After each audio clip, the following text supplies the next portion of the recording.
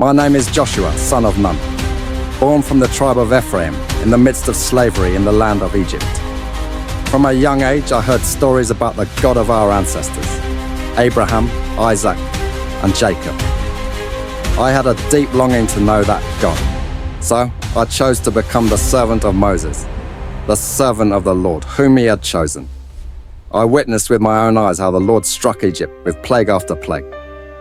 I saw the Red Sea split open, and we walked on dry ground, while Pharaoh's army was swallowed by the waves. I knew this was not just a story, this was the mighty hand of the living God at work. One day Moses called me. He gave the command to spy out the land of Canaan, along with 11 other men. We saw that land, rich, flowing with milk and honey, but also filled with fortified cities and giants. We saw the descendants of Anak, mighty warriors, tall and intimidating. The land was truly amazing, yet terrifying to many of us. When we returned to the camp, my heart burned with passion. God had already promised us this land, but 10 of the other spies brought back a bad report. They claimed we could never defeat those giants. Caleb, son of Jephunneh, and I stood firm against their fear.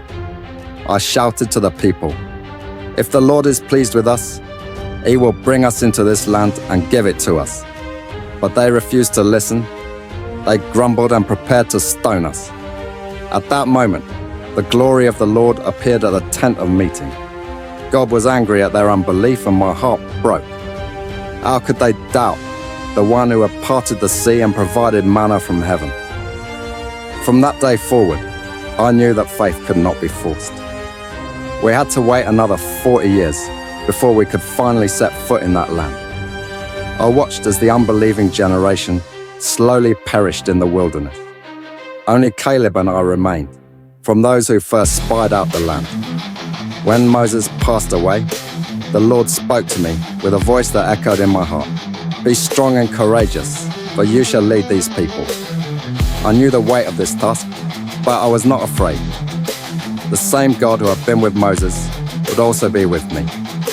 The land now stretches before us, the land that the Lord promised to our ancestors.